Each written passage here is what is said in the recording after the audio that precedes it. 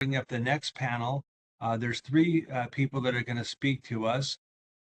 Susan Gerber is going to run the session, so let me give her the presentation power. So Susan, there you are. Yeah, there you are. Yeah, if you'd like to pull up your presentation, that would be great. John, do you want to introduce your panelists, or do you want me to do that? Sure. I'll take a moment, David. Thank you very much. We've heard a lot about the considerations in deciding to file or pursue litigation. Now we're working under the assumption that litigation has been filed, it's going forward, and one of the issues that is being faced is who should I pick as damages expert? How do I do that? There are three of us that will be talking about this topic, and Tejas Shah from Interdigital and Sue Gerber from Jones Day hopefully will take a minute or two and just describe themselves and who they're with. But we will endeavor, and I'm going to come close to guaranteeing we will end on time, which means that we will take much less than our allotted time in order for, in order for us, David, to listen to the new speaker and keep people as happy as possible. So we are going to address 5 issues, time permitting. For the most part, Tejas and Sue will be answering and giving their insights from an in-house perspective and an outside perspective. I will be lobbying in an occasional observation. So with that, I'd like to turn it to Tejas next, and then perhaps he can turn it to Sue after that. Sure. Let me just introduce myself. So I'm Tejas Shah. I'm from Interdigital. I'm on the licensing team. I primarily lead licensing negotiations for smartphones and video services. There are 2 of our licensing programs. The video service one is relatively new, but I think everyone probably knows Interdigital from their smartphone licensing and SEP portfolio. Prior to Interdigital, I was working as a economic expert, and so I worked at Pellegrino Associates for about a decade, and so I'm very well aware with a lot of people and aligned with a lot of people in this room. I've been on your side, and I understand what it's like to get clients and to have to work in litigation as an economic expert. So with that, I'll let Sue introduce herself, and then we can get started with the questions. Great. Well, I'm Sue Gerber. I'm of counsel at Jones Day. I've been litigating patent infringement matters for about 25 years, all in the outside counsel role. I clerked for the Sixth Circuit Court of Appeals shortly after law school, but otherwise I've spent my entire career at Jones Day, and I'm very happy to be with you all. Thank you. And I was remiss in introducing myself.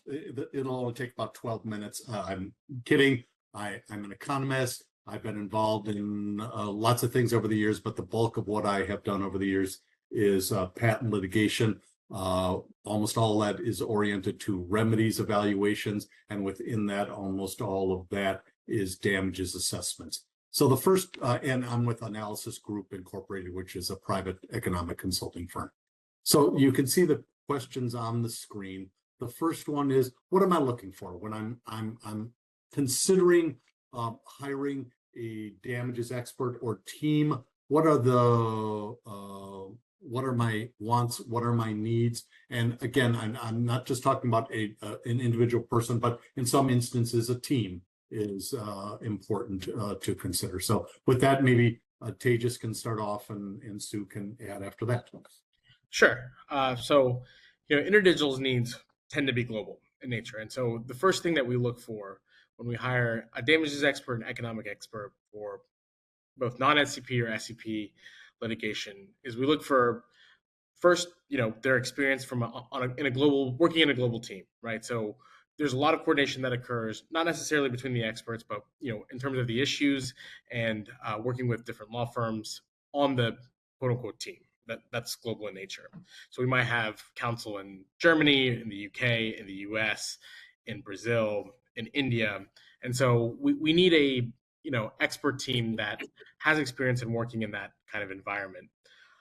The second thing we look for is consistency. So, when we work collaboratively with our lawyers, and I want to make it clear, we don't go out and pick any economic experts. We have people we've looked at and we've monitored, but it's a collaborative effort with our outside counsel, and our outside counsel has an enormous amount of influence on these decisions. And so, generally speaking, we tend to defer to them, and we have our input where needed. But I'll say generally our outside counsel is also aware of what our wants and needs are, and so they also suggest if needed accordingly.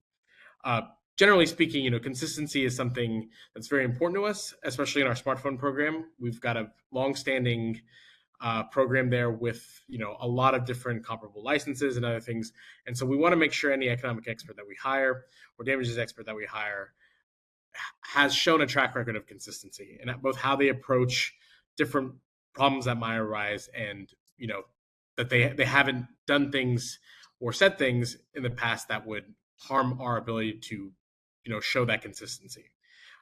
The other most important thing in an economic expert that we look for is principles, right? We want experts that believe in what they're saying and what they're writing, and that they can defend it, obviously, both in the context of the matter that they're working on with us now, but also from an academic perspective as well, right? So it's not just about the instant case, it's about a long track record of defending their positions and being able to do so in a principled manner. So Sue, I'll pass it to you. Those are really the comments I have. Okay, great. And I totally agree with everything that Tejas just had to say. And I kind of was thinking about the answer to this question, but from more of a nuts and bolts perspective. So it seems like it should go without saying, but I'll say it anyway. Very important. We need the expert to have absolutely top-notch credentials. I think that's sort of foundational. And we look first is, does the expert's expertise fit what we're trying to do in the litigation?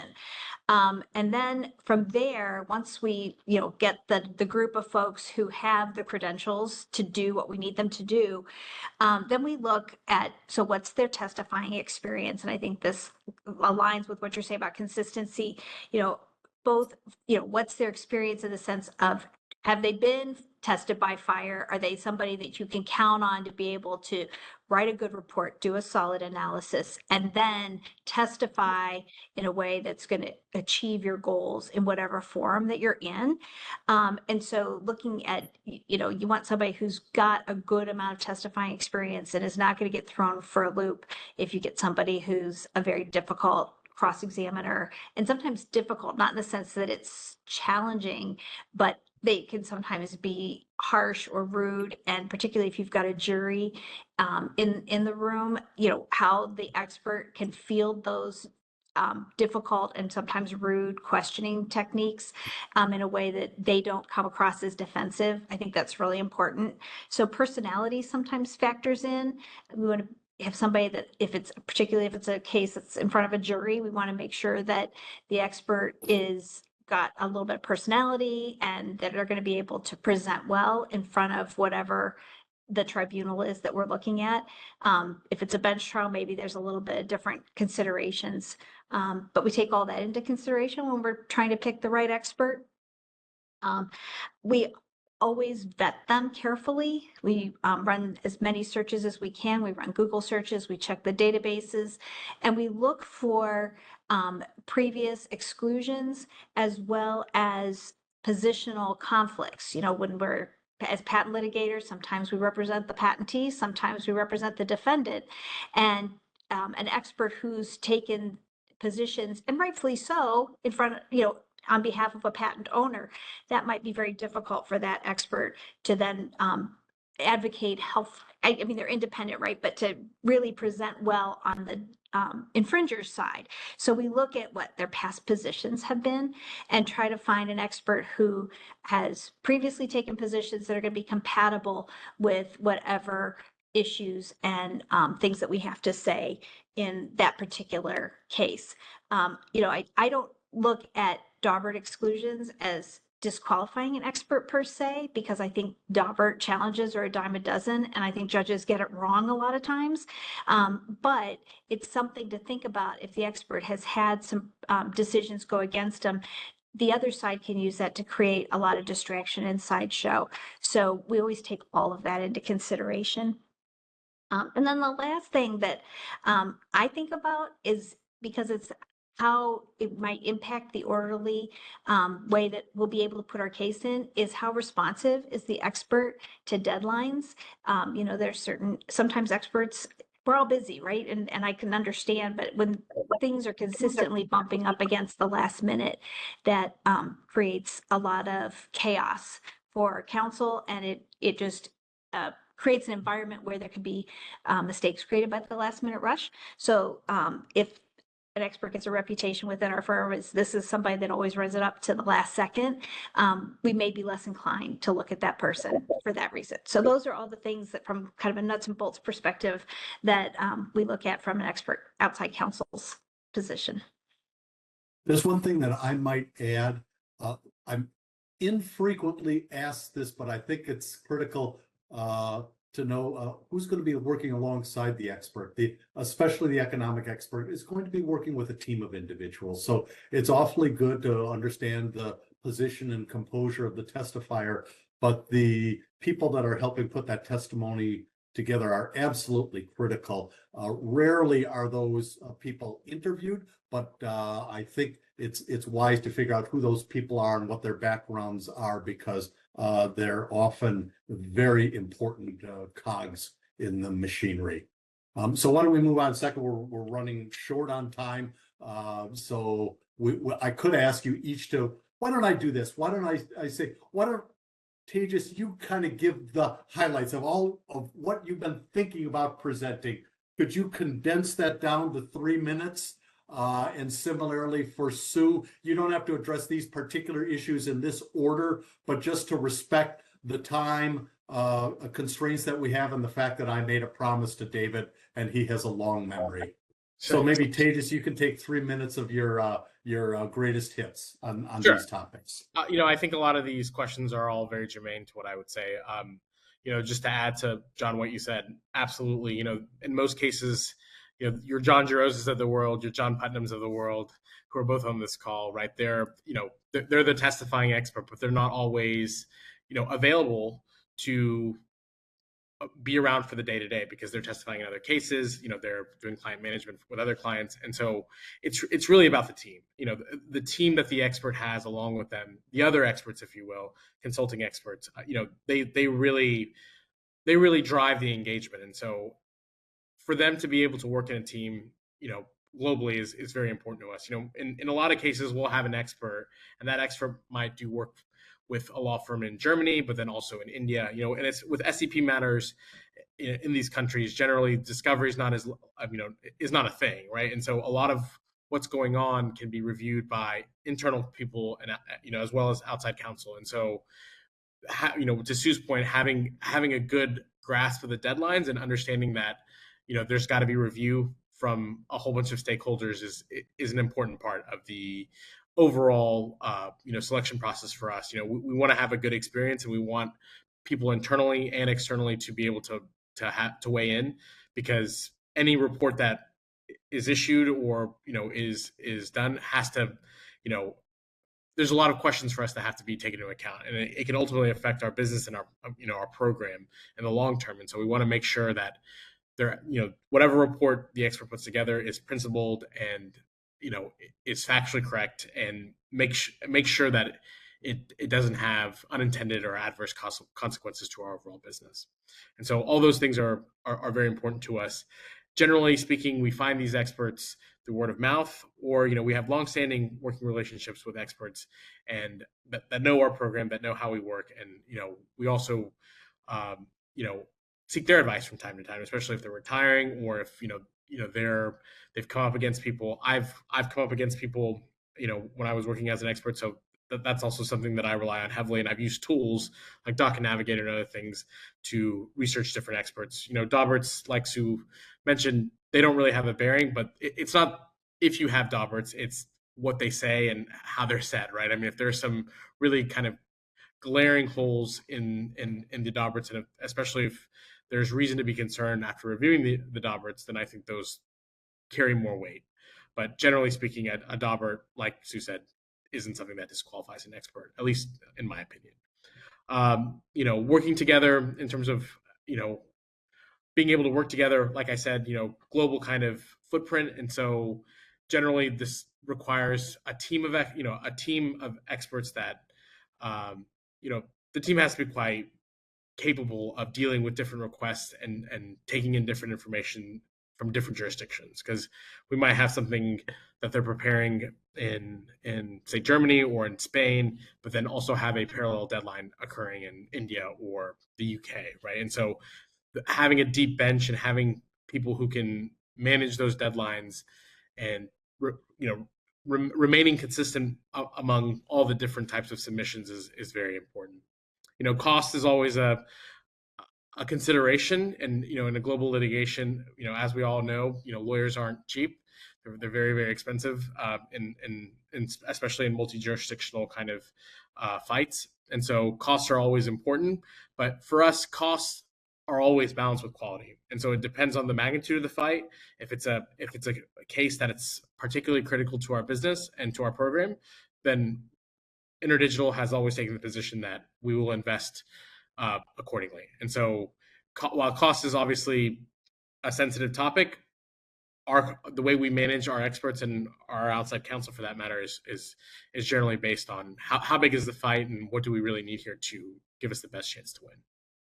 I think that was 3 minutes, John. I hope I was pretty You nailed it. Thank you, Tejas. So, all right. So I guess the big global point that I would make that transcends all of these topics is I think the key to a good expert lawyer relationship is good communication. And I think that starts at the very beginning. Once we find the expert, we have that initial meeting, it's to make sure that there's an understanding. You set the expectation that we're going to freely speak, that we understand that our goals are aligned, right? We're the lawyer's representing the client, and the expert is providing us an independent analysis but the ultimate goal of that is to further the client's litigation goals. And so we make sure that if the expert has any qualms whatsoever about the theories that we're trying to put forth in litigation, or has any question about the facts or any discomfort at all, I'd rather know that at the beginning before we've committed to that expert and find ourselves on the eve of trial, and then the expert says, well, I don't think I can say that, and I don't think I can say this.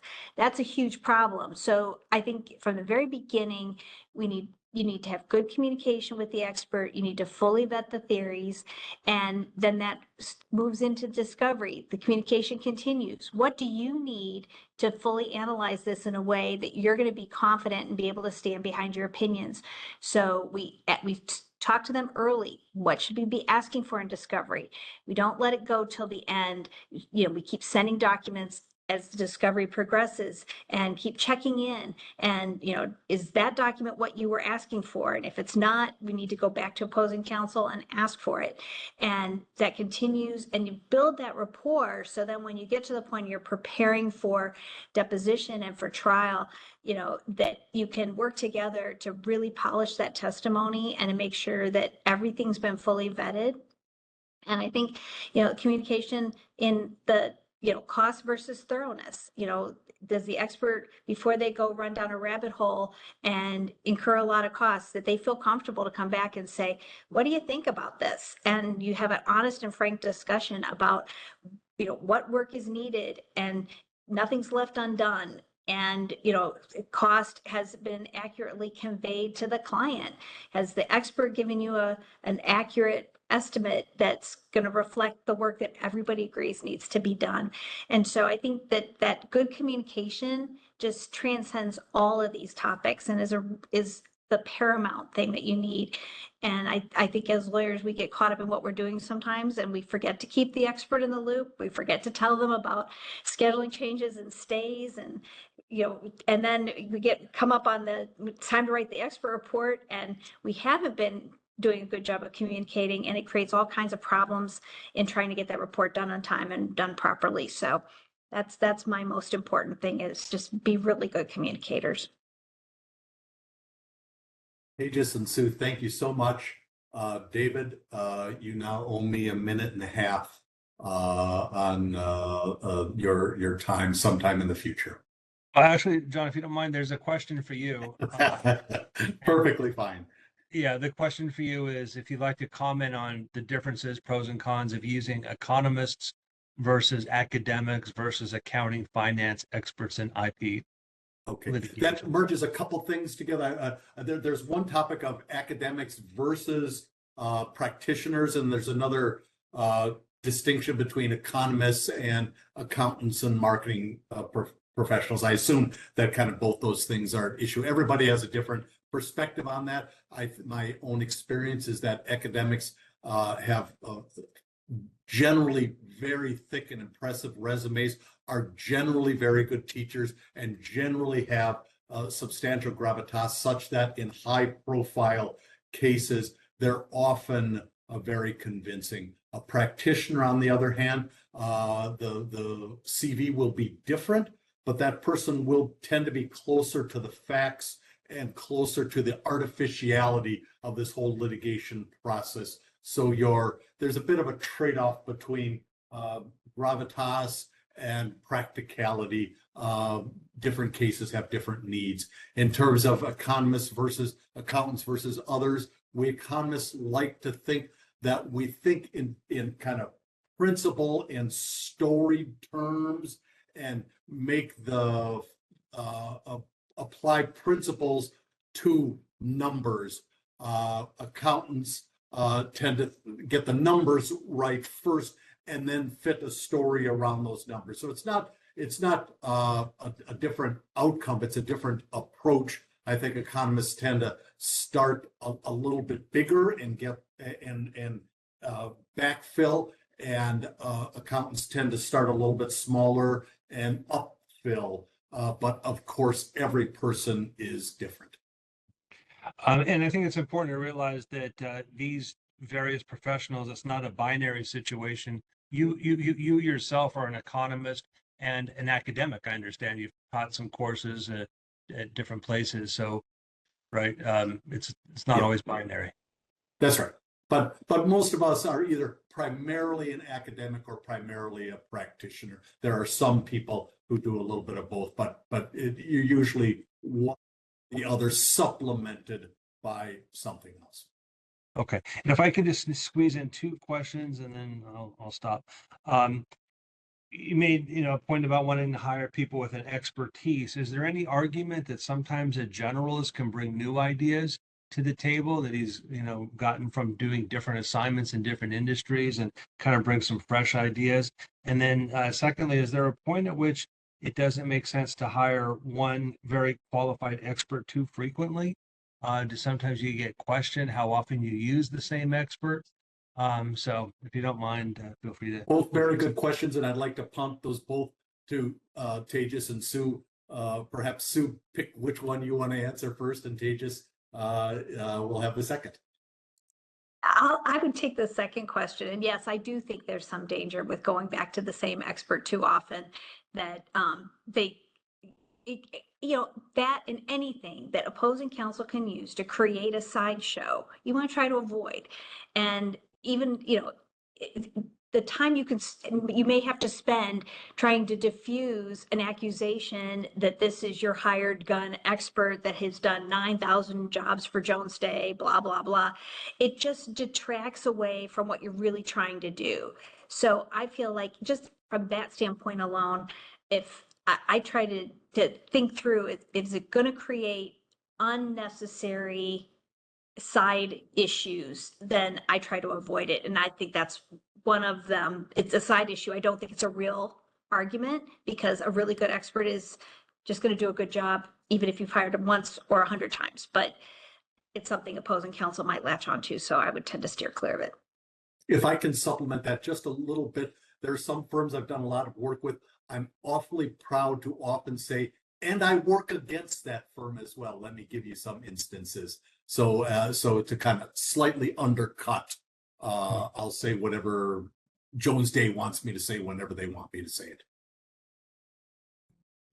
So I got the second one. The second one's a harder question, so I'll try my best here. I think generally speaking, there are a lot of complicated issues, especially with SEP work. It's really hard to go to a quote unquote generalist in a lot of cases.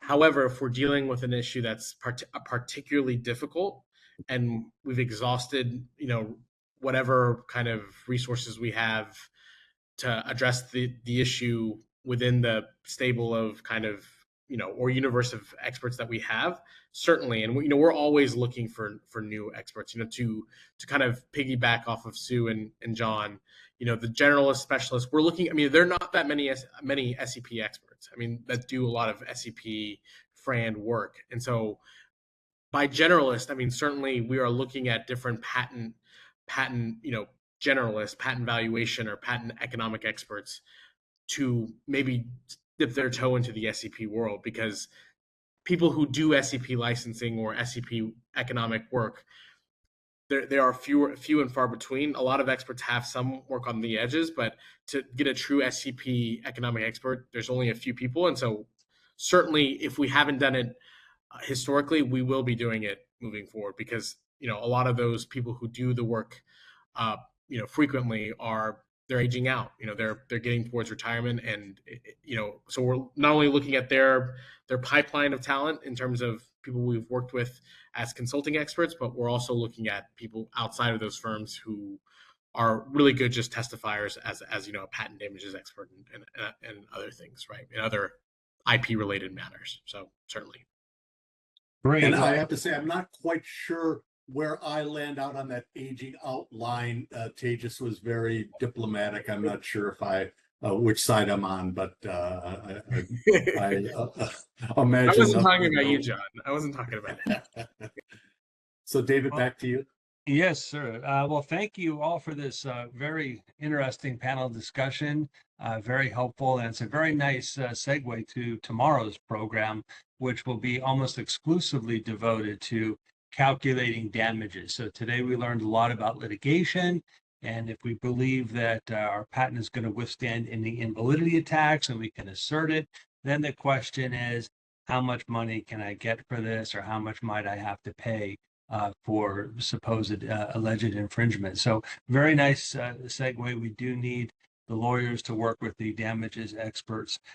So anyway, I'd like to thank John Jarosz, Managing Principal from Analysis Group, Tejas Shah, Senior Director of Licensing at Interdigital, and Sue Gerber of Counsel at Jones Day. Great session.